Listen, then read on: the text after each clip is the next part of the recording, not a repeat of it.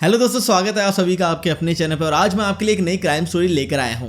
आज मैं आपको सुनाने वाला हूं 2009 में घटी एक ऐसी घटना जिसने नेपाल और भारत देश दोनों को चौंका कर रख दिया।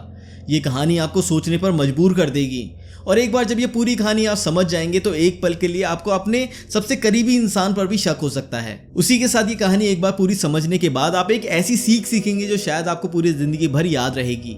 तो आखिर ये पूरी कहानी है क्या, और ये कब और कहाँ घटी, और इसके आगे क्या हुआ, जानते हैं इस वीडियो में पूरी डिटेल्स के साथ। तो चलिए देखते हैं इस कहानी में क्या हुआ है। अगर आप हमारे चैनल पर नए हैं तो हमारे चैनल को सब्सक्राइब कर लें। तो बिना देरी के इस वीडियो को स्टार्ट करते हैं। इस वीडियो में हम एक ऐसी घटना के बारे में बात कर रहे हैं जो कि नेपाल में घटी थी, लेकिन भारत से भी जुड़ी हुई थी। इस घटना की शुरुआत एक सरल एसएमएस से हुई थी। आपको भी आए दिन ऐसे मैसेज आते रहते होंगे कि आपने इतने करोड़ की लॉटरी जीती है या फिर आपको यहाँ घूमने जाने का टिकट मिला है। ऐसा ही एक सिंपल एसएमएस 5 जून 2009 को नेपाल की रहने वाली ख्याति श्रेष्ठा नाम की 19 साल की लड़की को भी मिलता है। मैसेज में लिखा था कि आपने एक मशहूर वुमेन मैगजीन की ओर से आयोजित लकी ड्रॉ में 20,000 नकद और नेपाल के सबसे खूबसूरत और मशहूर टूरिस्ट प्लेस पोखरा की टिकट जीती है। इसके कुछ ही देर बाद ख्याति के मोबाइल की घंटी बजती है और जब वो फोन उठाती है तो दूसरी तरफ से एक महिला की आवाज आती है। फोन रिसीव करते ही वो महिला मैसेज में लिखी गई बात को दोहराती है और कहती है कि मैं उसी मैगजीन के ऑफिस से बात कर रही हूँ। अगर आप जीती हुई इनाम की राशि और पोखरा की टिकट लेना चाहती हैं तो आपको इस एड्रेस पर आना होगा। आज अगर किसी को ऐसे मैसेज या फिर फोन आते हैं तो लोग तुरंत समझ जाते हैं कि ये ठगी के लिए हो सकता है, लेकिन ये वो समय था जब लोगों को ऑनलाइन होने वाली ठगी का इतना अंदाजा नहीं था और कोई सोच भी नहीं सकता था कि इस तरह के मैसेज फेक या ठगी के लिए हो सकते हैं। इसलिए जैसे ही ख्याति श्रेष्ठा को ये मैसेज मिलता है और फोन आता है तो वो काफी खुश हो जाती है और इस मैसेज के बारे में वो अपने माता पिता को भी बताती है। जब ख्याति के माता पिता ये बात सुनते हैं तो वो भी काफी खुश होते हैं और तय करते हैं कि ख्याति इनाम की राशि और पोखरा की टिकट जरूर लेना चाहेगी। इसके बाद ख्याति श्रेष्ठा वहां जाने की तैयारी में लग जाती है और तय समय पर अपने घर के नौकर राम को लेकर वहां से निकल जाती है। कुछ घंटे के सफर के बाद ये दोनों फोन पर महिला द्वारा दिए गए एड्रेस पर पहुंच जाते हैं। नौकर राम ख्याति को वहीं पर ड्रॉप कर देता है और चला जाता है, क्योंकि फोन पर भी ये बात बताई गई थी कि इन सब चीजों में बहुत टाइम लग जाएगा। इसलिए ख्याति अपने घरेलू नौकर को वापस घर भेज देती है। एड्रेस पर पहुंचने के बाद ख्याति कुछ देर इंतजार करती है। तभी एक महिला वहां आती है जो खुद को वुमेन मैगजीन की रिप्रेजेंटेटिव बताती है और एक बार फिर से ख्याति को इनाम जीतने की बधाई देती है। साथ ही इनाम की राशि और टिकट लेने के लिए साथ चलने के लिए बोलती है। इसके बाद वो महिला ख्याति को लेकर एक अपार्टमेंट में जाती है, जहां कमरे के अंदर जाते ही ख्याति की नजर एक पुरुष पर पड़ती है। वो व्यक्ति खुद को उसी मैगजीन से जुड़ा हुआ व्यक्ति बताता है और कहता है कि इनाम की राशि और टिकट से संबंधित जरूरी कागजी कार्रवाई वही करेगा। यहाँ दोनों कुछ देर बातें करते हैं। बातचीत के दौरान ही वो व्यक्ति ख्याति की तरफ कोल्ड ड्रिंक्स का एक गिलास बढ़ाता है और एक गिलास खुद भी ले लेता है। इसके बाद आगे की प्रक्रिया शुरू होती है। इन सब प्रक्रियाओं को होते हुए शाम हो जाती है और घर पर ख्याति के माता पिता इस इंतजार में रहते हैं कि उनकी बेटी अब इनाम की राशि लेकर लौटेगी, जो कि ख्याति ने पहले ही बता दिया था कि इन सभी प्रक्रियाओं को पूरा करने में कुछ अधिक समय लग सकता है। इसलिए ये लोग ज्यादा परेशान नहीं होते हैं। फिर भी दिल में कुछ घबराहट जरूर थी। शाम के बाद अब अंधेरा कुछ ज्यादा ही फैल चुका था, लेकिन ख्याति अब तक घर नहीं लौटी थी। इसलिए ख्याति के माता पिता कुछ चिंतित हो जाते हैं और ख्याति के कुछ दोस्तों को फोन करके पूछने लगते हैं कि क्या ख्याति तुम्हारे पास आई है, लेकिन हर तरफ से यही कहा जाता है कि नहीं, ख्याति उनके पास नहीं आई है। अब ये लोग अपनी बेटी की तलाश में लगे हुए थे कि उसी शाम ख्याति के माता पिता के मोबाइल पर एक एसएमएस आता है। मैसेज पढ़ते ही ख्याति के पिता के पैरों तले जमीन खिसक जाती है। दरअसल मैसेज में लिखा हुआ था कि ख्याति को किडनैप कर लिया है। अगर तुम अपनी बेटी को सही सलामत वापस पाना चाहते हो तो तुरंत 10 लाख का इंतजाम कर लो। मैसेज में यह भी साफ साफ लिखा हुआ था कि अगर तुमने इस बात की जानकारी पुलिस को या फिर किसी और को दी तो ख्याति को जान से मार दूंगा। ये मैसेज देखते ही वो पूरे तरह से घबरा जाते हैं और तुरंत ख्याति की मां को इस बारे में बताते हैं। ये दोनों पहले तय करते हैं कि वो इस किडनैपिंग की जानकारी पुलिस को देंगे, लेकिन फिर अपना इरादा बदल देते हैं, क्योंकि पिछले कुछ सालों में उनके आसपास इस तरह की घटनाएं घट चुकी थी जहां किडनैपर ने सिर्फ इसलिए बच्चे को मार दिया था क्योंकि उन्होंने किडनैपिंग की जानकारी पुलिस को दे दी थी। ख्याति के किडनैपर ने भी साफ साफ अपने मैसेज में लिख दिया था कि अगर पुलिस को इस बारे में बताया तो ख्याति को जान से हाथ धोना पड़ेगा। ख्याति के माँ बाप पुलिस के पास जाने का विचार बदल देते हैं और 10 लाख का इंतजाम करने में लग जाते हैं। किडनैपर ने उन्हें मैसेज में सिर्फ ख्याति की किडनैपिंग और अपनी डिमांड के बारे में बताया था, ये नहीं बताया था कि पैसे लेकर कहाँ आना है। इसलिए ख्याति के माँ बाप पैसे का इंतजाम कर लेते हैं, मगर उन्हें अब तक ये नहीं पता था कि जाना कहाँ है। वो सभी इंतजार करते हैं कि अब मैसेज आएगा, तब मैसेज आएगा, मगर देर रात तक उन्हें कोई भी मैसेज नहीं मिलता। कई बार ये लोग उस नंबर पर फोन भी करने की कोशिश करते हैं मगर कामयाब नहीं होते। इन सब में रात बीत जाती है और सुबह हो जाती है। ख्याति के माँ बाप अभी भी इंतजार में बैठे हैं कि आगे क्या करना है। तभी अगली सुबह एक बार फिर से मोबाइल की घंटी बजती है और जब वो लोग मैसेज चेक करते हैं तो पता चलता है कि ये मैसेज उसी किडनैपर ने भेजा था। इस बार मैसेज में लिखा था कि तुम 10 लाख लेकर बटवाल आ जाओ। जो लोग नहीं जानते उन्हें बता दे कि बटवाल नेपाल में एक जगह है जो काठमांडू से लगभग 270 किलोमीटर दूर है। ये सब पैसे लेकर तुरंत निकल जाते हैं। ये पहुंचकर किडनैपर को मैसेज कर रहे हैं कि वो पैसे लेकर आ चुके हैं, बताओ पैसे लेकर कहां आना है। इस पर किडनैपर उन्हें थोड़ी देर इंतजार करने के लिए कहता है और फिर थोड़ी देर बाद मैसेज करता है कि पैसे बटवाल नहीं बल्कि चितवन लेकर आओ। बटवाल से चितवन की दूरी लगभग 160 किलोमीटर थी। ख्याति के माँ बाप बिना कोई ब्रेक लिए कई घंटे का सफर करने के बाद चितवन पहुंचते हैं। पहुंचते ही किडनैपर को इस बात की जानकारी देते हैं कि वो यहाँ आ गए हैं। लेकिन थोड़ी देर बाद किडनैपर एक बार फिर से उन्हें मैसेज करते हैं कि ये पैसे यहाँ नहीं बल्कि सोनौली पहुंचाने हैं। चितवन से अब सोनौली की दूरी लगभग 155 किलोमीटर थी। ये लोग अब पैसे लेकर घंटों का सफर करने के बाद सोनौली पहुंचते हैं मगर यहाँ पहुंचते ही एक बार फिर से उन्हें मैसेज मिलता है कि ये पैसे लेकर तुम दार्जिलिंग पहुंचो। मतलब अब उन्हें पैसे लेकर नेपाल के बजाय भारत आने को कहा गया। सोनौली से दार्जिलिंग की दूरी लगभग 650 किलोमीटर थी। ख्याति के माता पिता के अलावा उनके घर का नौकर भी उनके साथ था। ये तीनों पहले ही कई सौ किलोमीटर की यात्रा कर चुके थे और बुरी तरीके से थक गए थे मगर बेटी के ख्याल ने इन्हें जगाए रखा और पूरी हिम्मत से ये एक जगह से दूसरी जगह पर भाग रहे थे। ये सभी दार्जिलिंग भी आने को तैयार हो जाते हैं मगर 10 लाख के साथ बॉर्डर पार करना और वो भी भारत नेपाल के बॉर्डर को पार करना आसान नहीं था। फिर भी पूरी हिम्मत करके ये सभी किसी तरह भारत नेपाल की सीमा को पार करते हुए दार्जिलिंग पहुंचते हैं। जब वो इस बात की जानकारी किडनैपर को देते हैं कि वो पैसे लेकर दार्जिलिंग पहुंच गए हैं तो एक बार फिर से किडनैपर उन्हें थोड़ी देर इंतजार करने के लिए कहता है। वो सोच रहे थे कि शायद उनकी भागदौड़ यहीं खत्म होने वाली है और वो पैसे देने के बाद अपनी बेटी को लेकर सही सलामत चले जाएंगे मगर उनका अंदाजा गलत होता है। एक बार फिर से उनके मोबाइल पर घंटी बजती है और इस बार मैसेज में लिखा होता है कि पैसे लेकर करकर भिट्टा आओ। करकर भिट्टा मतलब उन्हें वापस फिर से नेपाल आने के लिए कहा गया था। एक तो बेटी की किडनैपिंग का गम और ऊपर से किडनैपर का यह गंदा खेल। एक जगह से दूसरी जगह भागते भागते इन लोगों का बदन पूरी तरीके से टूट चुका था और थकान के मारे हालत खराब हो गई थी। लेकिन इनके सामने कोई दूसरा विकल्प भी नहीं था। वो बेटी को यूं ही मरने के लिए नहीं छोड़ सकते थे। अब वो दार्जिलिंग से करकर भिट्टा के सफर पर निकल पड़ते हैं। इस बार उनका ये सफर लगभग 100 किलोमीटर लंबा था। कई घंटे का सफर तय करने के बाद आखिरकार ये लोग वापस नेपाल के करकट भिट्टा पहुंच जाते हैं। यहाँ पहुंचने के बाद एक बार फिर से ये लोग किडनैपर को इस बात की जानकारी देते हैं और हमेशा की तरह किडनैपर फिर से इन्हें इंतजार करने के लिए कहता है। ये लोग एक बार फिर से डरने लगते हैं कि शायद किडनैपर फिर से किसी और लोकेशन पर जाने के लिए कह सकता है मगर इस बार जो उन्हें मैसेज मिलता है उसमें करकट भिट्टा शहर का एक होटल का एड्रेस था। ये जगह वहां से ज्यादा दूर नहीं थी। मैसेज में लिखा था कि पैसे लेकर होटल पहुंचो, वहीं तुम्हें ये पैसा किसी और को देना है। इसलिए ख्याति के माता पिता पैसे लेकर उस होटल के करीब पहुंच जाते हैं। जैसे ही ये सब होटल के करीब पहुंचते हैं इस बात की जानकारी वो किडनैपर को देते हैं। इस पर किडनैपर की ओर से थोड़ी देर बाद एक मैसेज आता है कि पैसे का बैग लेकर होटल के अंदर सिर्फ अपने नौकर राम को भेजो और तुम लोग होटल के बाहर गाड़ी में ही बैठे रहो। जैसा कि मैसेज में करने के लिए कहा गया था, ख्याति श्रेष्ठा के माता पिता वैसा ही करते हैं और वो दोनों गाड़ी के अंदर बैठे रहते हैं। जबकि पैसे से भरा बैग वो अपने नौकर राम को देते हैं और राम उस बैग को लेकर होटल के अंदर बताए कमरे में चला जाता है। इधर होटल के बाहर मौजूद ख्याति के माता पिता उम्मीद कर रहे थे कि राम उन लोगों को पैसे देकर और साथ में उसकी बेटी को लेकर होटल से बाहर निकलेगा मगर थोड़ी देर बाद वो देखते हैं कि राम खाली हाथ ही अकेला वापस आ रहा है। किडनैपर को 10 लाख रुपए देने के बाद बेटी की रिहाई की उम्मीद के साथ ख्याति के माता पिता करकट भिट्टा से अपने घर काठमांडू की तरफ निकल जाते हैं। करकट भिट्टा से काठमांडू की दूरी लगभग 450 किलोमीटर थी। ये लोग बिना रुके तेजी से अपने घर की तरफ चलते हैं कि शायद जाते ही वहां उनकी बेटी उन्हें मिल जाएगी। लेकिन जब ये काठमांडू अपने घर पहुंचते हैं तो इन्हें काफी निराशा होती है क्योंकि उनके घर पर ताला लगा हुआ था और आसपास भी ख्याति का कोई अता पता नहीं था। इसके बाद ये लोग कुछ देर इंतजार करते हैं कि शायद कुछ देर में ख्याति आ जाएगी, लेकिन उनका इंतजार था कि लंबा ही हो रहा था। थक हार कर एक बार फिर से ख्याति के पिता किडनैपर को मैसेज कर देते हैं लेकिन उन्हें मैसेज का कोई जवाब नहीं मिलता। फिर वो किडनैपर के नंबर पर फोन करते हैं लेकिन किडनैपर का फोन स्विच ऑफ बताता है। मोबाइल स्विच ऑफ होते ही इन लोगों की धड़कन काफी बढ़ जाती है और आंखों की आशंकाओं में ये सब लोग डूब जाते हैं। ये रुक रुक कर किडनैपर का नंबर ट्राई करते हैं, मगर नंबर हमेशा स्विच ऑफ ही बताता है। नंबर स्विच ऑफ होने के बावजूद ये लोग पुलिस के पास जाने की हिम्मत नहीं जुटा रहे थे कि कहीं किडनैपर को इस बात का पता चला तो वो शायद ख्याति को मार डालेंगे। फिर जब कई घंटों के इंतजार के बाद फोन नहीं लगता और ना ही ख्याति वापस आती है, तो ख्याति के माता पिता नजदीकी पुलिस स्टेशन जाते हैं और पुलिस वालों को ख्याति को मिले एसएमएस से लेकर किडनैपिंग और किडनैपर की डिमांड के हिसाब से फिरौती की रकम देने तक की पूरी कहानी शुरू से लेकर अंत तक बताते हैं। पूरी कहानी जानने के बाद पुलिस वाले पूछताछ की शुरुआत ख्याति श्रेष्ठा के माता पिता से ही करते हैं और ख्याति से जुड़ी कुछ छोटी छोटी चीजें पुलिस वालों को बताते हैं।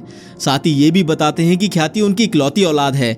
बचपन से ही ख्याति पढ़ने लिखने में बहुत तेज थी और जिंदगी में वो कुछ हासिल करना चाहती थी। हम लोगों ने उसके लिए बहुत सारे सपने देखे हुए थे। पूछताछ के दौरान पुलिस ख्याति के माता पिता से पूछते हैं कि ख्याति को मैसेज आने के बाद से किडनैपिंग के पैसे देने तक क्या आप लोगों ने कुछ ऐसा नोटिस किया जो आपको थोड़ा अजीब लगता हो? इस पर ख्याति के माता पिता बताते हैं नहीं, उन्होंने एक भी अजीब बात नोटिस नहीं की। बस उन्हें एक बात समझ नहीं आई कि आखिरकार किडनैपर पैसे लेकर एक स्थान से दूसरे स्थान तक जाने के लिए क्यों कह रहा था। जब यही सवाल ख्याति की माँ से पुलिस वाले पूछते हैं तो ख्याति की माँ भी यही जवाब देती है कि इस पूरे घटनाक्रम के दौरान उसे भी कुछ अजीब नहीं लगा। लेकिन फिर थोड़ी देर सोचने के बाद ख्याति की माँ बताती है कि जब वो लोग दार्जिलिंग से वापस नेपाल के करकरभिट्टा आए थे और किडनैपर के बताए हुए होटल के नजदीक गए थे तो वहां पर अचानक से मेरी नजर वीरेंद्र श्रेष्ठा नाम के व्यक्ति पर पड़ी थी। इस पर पुलिस पूछती है कि इसमें अजीब क्या है, तो ख्याति की मां ने बताया कि कभी वो लोग वीरेंद्र के घर में ही बतौर किराएदार रहते थे और वीरेंद्र एक टीचर भी था जो कभी ख्याति को प्राइवेट ट्यूशन भी देता था। फिर अचानक से उसने अपना घर बेच दिया और शहर छोड़कर चला गया। तब से हम लोग बीच में बस एक बार मिले थे। इस पर पुलिस वाले पूछते हैं कि जब आपने वीरेंद्र को देखा तो उसे टोका क्यों नहीं। इस पर ख्याति की मां कहती है कि मैं नहीं चाहती थी कि ख्याति की किडनैपिंग की खबर किसी भी अन्य व्यक्ति को हो, क्योंकि इससे ख्याति की जान को खतरा हो सकता था। ये सब जानकारी लेने के बाद पुलिस आगे अपनी जांच बढ़ाती है, लेकिन शुरुआती कई दिनों की जांच में पुलिस को ना ही ख्याति श्रेष्ठा का कोई सुराग मिलता है और ना ही किडनैपर के बारे में कोई जानकारी हाथ लगती है। जब पुलिस को कहीं से कोई सुराग नहीं मिलता तो पुलिस अंत में इस पूरे मामले में सामने आए एक नाम की कुंडली निकालना शुरू कर देती है। ये वही नाम था जो ख्याति की मां ने बताया था, वीरेंद्र श्रेष्ठा। जब वीरेंद्र श्रेष्ठा के बारे में जानकारी जुटाना शुरू कर देती है तो पता चलता है कि वीरेंद्र का जन्म 1967 के आसपास भारत के दार्जिलिंग में हुआ था। इसका नाम वीरेंद्र प्रधान है। जब उसकी उम्र यही कोई 20-22 साल थी तो पढ़ाई लिखाई पूरी करने के बाद नौकरी की तलाश में नेपाल आया था। वैसे तो भारत में भी इसका परिवार संपन्न था और किसी चीज की कमी नहीं थी, फिर भी वो अपने पैरों पर खड़ा होना चाहता था। इसी चक्कर में वो नेपाल आ गया था।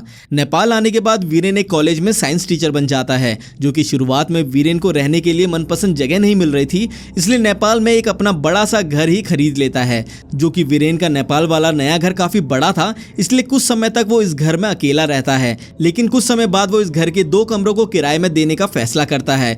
इसी के बाद ख्याति श्रेष्ठा के माता पिता वीरेंद्र के यहाँ किराए पर रहने लगते हैं।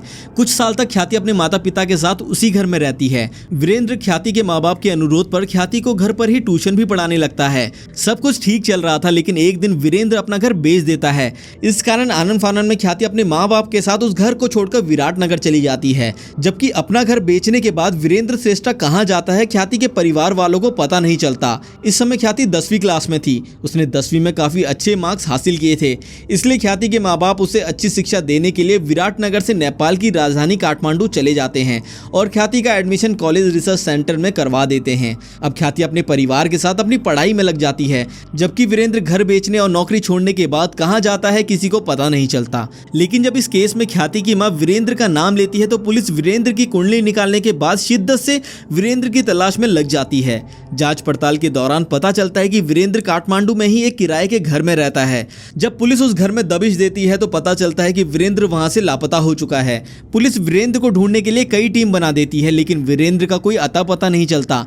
इसी बीच पुलिस को काठमांडू के शहरी इलाकों से दूर ग्रामीण क्षेत्र में मानव शरीर के अंग मिलने की खबर मिलती है। जब पुलिस वहां पहुंचती है तो उसे एक जगह हाथ के 3 टुकड़े मिलते हैं। कुछ दिनों बाद उस जगह से दूर पैर के छोटे छोटे टुकड़े मिलते हैं। इस तरह अगले कई दिनों तक लगभग 17 किलोमीटर के रेडियस में मानव शरीर के छोटे छोटे टुकड़े मिलते रहते हैं। उन अंगों को देखकर लग रहा था किसी ने लाश के छोटे छोटे टुकड़े किए हैं और उन्हें एक जगह ना फेंक कर लगभग 15 से 20 किलोमीटर के क्षेत्रफल में लगभग अलग अलग जगह जाकर फेंका है। इन सब के बीच ख्याति श्रेष्ठा को गायब हुए 15 दिन से अधिक बीत चुके थे, लेकिन पुलिस के पास अब भी ख्याति का कोई सुराग नहीं था और ना ही पुलिस को वीरेंद्र श्रेष्ठा के बारे में कोई जानकारी हाथ लगी थी। इधर बीते कुछ दिनों में जो लाश के टुकड़े मिले थे उसका सर अभी तक नहीं मिल पाया था, इसलिए पहचान भी नहीं हो पा रही थी कि ये लाश किसकी है। लेकिन 15 दिनों के बाद पुलिस को एक कटा हुआ सर भी मिल जाता है। पुलिस अलग अलग जगह पर मिले सभी टुकड़ों और सर को एक साथ जोड़ती है, फिर भी पता नहीं चल पाता कि ये लाश किसकी है, क्योंकि खोपड़ी की हालत पूरी तरह से बिगड़ चुकी थी और पहचानना लगभग असंभव था। इस तरह अब तक ये साफ नहीं था कि ख्याति श्रेष्ठा मर चुकी है या वो जिंदा है, और किडनैपर और उसके पुराने टीचर वीरेंद्र श्रेष्ठा में कोई कनेक्शन भी है या नहीं, और जिस होटल में फिरौती की रकम ली गई उसी होटल के पास वीरेंद्र का दिखना महज इत्तेफाक था या कोई साजिश। इन सवालों के जवाब अब तक पुलिस को नहीं मिल पाए थे। शायद वीरेंद्र के मिलने पर पुलिस को कई सवालों के जवाब मिल सकते थे, इसलिए पुलिस पहले से कई गुना ज्यादा फोर्स सिर्फ वीरेंद्र श्रेष्ठा को ढूंढने में लगा देती है। पुलिस की कोशिश इस बार कामयाब होती है और गुप्त सूचना के आधार पर छापामारी करते हुए काठमांडू के ही एक जगह से वीरेंद्र प्रधान उर्फ वीरेंद्र श्रेष्ठा को गिरफ्तार कर लिया जाता है। वीरेंद्र को गिरफ्तार करते ही पूछताछ का दौर शुरू होता है। पुलिस जो भी सवाल करती है वीरेंद्र उसका सही और सटीक जवाब देते जा रहा था। ऐसा लग रहा था कि वीरेंद्र पूरी तैयारी के साथ पुलिस के पास आया है। इसी सवाल जवाब के बीच जब पुलिस वीरेंद्र से पूछती है कि तुम उस दिन होटल के करीब क्या कर रहे थे, तो इस पर वो चौंक जाता है और इधर उधर की बातें बनाने लगता है, जबकि पूछताछ के दौरान उसने उस दिन कहीं और होने की बात पुलिस को पहले ही बताई थी। ऐसे में वो पुलिस के सवाल पर फंसने लगता है और अंत में साफ हो जाता है कि वो झूठ बोल रहा है। इसके बाद पुलिस सख्ती पर आ जाती है और वीरेंद्र से पूछताछ का सिलसिला शुरू होता है। पुलिस की सख्ती के आगे वीरेंद्र की हर चालाकी फेल हो जाती है और उसे सच बोलना ही पड़ता है, और फिर एक ऐसा सच सामने आता है जिसे सुनकर हर किसी के पैरों तले जमीन खिसक जाती है। वीरेंद्र बताता है कि दार्जिलिंग में उसका संबंध एक ऐसे परिवार से है जो काफी पैसे वाला था और किसी भी चीज की कोई कमी नहीं थी। फिर भी वो लगभग 20 साल पहले नेपाल अपने पैरों पर खड़ा होने के लिए आया था। यहाँ पर उसने एक कॉलेज में साइंस टीचर के रूप में एक अच्छी नौकरी हासिल कर ली थी और अच्छा पैसा भी कमाने लगा था। यहाँ पर उसने अपना एक बड़ा सा घर भी खरीद लिया था। वीरेंद्र के बयान के अनुसार उसकी जिंदगी काफी अच्छी चल रही थी। इसी बीच वो मजे लेने के लिए कसीनो में जुआ खेलने गया, जो कि उसके पास पैसों की कोई कमी नहीं थी। इस कारण उसका ये शौक धीरे धीरे उसकी आदत बनती चली गई और उस पर जुए का ऐसा जुनून सवार हो गया कि धीरे धीरे वो अपना सारा पैसा हारता चला गया। सभी जमा पूंजी हारने के बाद जुए का आदी हो चुका वीरेंद्र दोस्तों और जान पहचान वालों से कर्ज लेना शुरू कर देता है और वो लाखों रुपए का कर्ज ले लेता है। उन पैसों से भी वो जुआ खेलता है। जब उसके पास कर्ज का लिया गया पैसा भी खत्म हो जाता है और लोग कर्ज देने से मना करने लगते हैं और कर्ज वापस मांगना शुरू करते हैं, तो इसी चक्कर में वो एक दिन अपना घर बेच देता है। लेकिन उस पर इतना कर्ज बढ़ चुका था कि वो घर बेचकर भी उस कर्ज को नहीं चुका पाता। वीरेंद्र की हालत काफी बुरी हो चुकी थी और वो काठमांडू के एक किराए के घर में रह रहा था। उसकी नौकरी भी चली गई थी। वो दार्जिलिंग में भी अपने घर वालों से काफी पैसे ले चुका था, इसलिए वहां से भी उसे मदद मिलनी बंद हो चुकी थी। वीरेंद्र जुए की लत की वजह से कर्ज के दलदल में बुरी तरह से फंस चुका था। उसे कुछ भी समझ नहीं आ रहा था कि क्या करे। इसी बीच उसे किसी से पता चला कि जो ख्याति श्रेष्ठा का परिवार उसके यहाँ कभी बतौर किराएदार रहता था, वो लोग इसी काठमांडू शहर में उसके घर से कुछ ही दूर रहते हैं। इसी के बाद 5 जून 2009 को वीरेंद्र ख्याति के घर उनसे मिलने जाते हैं। वीरेंद्र यहाँ इस उम्मीद में आया था कि वर्षों के बाद इन लोगों से उसकी मुलाकात भी हो जाएगी और शायद कुछ कर्ज भी मिल जाएगा, मगर यहाँ आने के बाद वीरेंद्र कर्ज मांगने के प्लान को बदलकर कुछ और मन बना लेता है। पुलिस पूछताछ के दौरान वीरेंद्र बताता है कि जब 5 जून 2009 को वो ख्याति श्रेष्ठा के घर जाता है तो पता चलता है कि ख्याति के माता पिता ने ख्याति के फ्यूचर को लेकर काफी बड़े बड़े प्लान्स बनाए हैं। दरअसल ख्याति के माता पिता वीरेंद्र को बताते हैं कि वो अपनी बेटी ख्याति को अच्छी शिक्षा के लिए बहुत जल्दी विदेश भेजने वाले हैं। इस पर वीरेंद्र कहता है कि विदेश में पढ़ाने के लिए तो काफी पैसा खर्च होगा। इस पर ख्याति के पिता वीरेंद्र को बताते हैं कि पैसों की कोई कमी नहीं है, क्योंकि ख्याति को विदेश भेजने के लिए उन्होंने अपनी कोई पुरानी प्रॉपर्टी बेच दी है और अपनी कमाई से भी कुछ पैसे बचा कर रखे हैं। ख्याति के माता पिता ने ये सब बात वीरेंद्र को इसलिए बताई थी कि वीरेंद्र उनकी बेटी ख्याति का पुराना शिक्षक भी था और उससे आपसी रिश्ते भी काफी अच्छे थे, मगर उन्हें कहाँ पता था कि जिसे वो अपना हमदर्द समझ रहे हैं वही उनकी जिंदगी का सबसे बड़ा दर्द देने वाला था।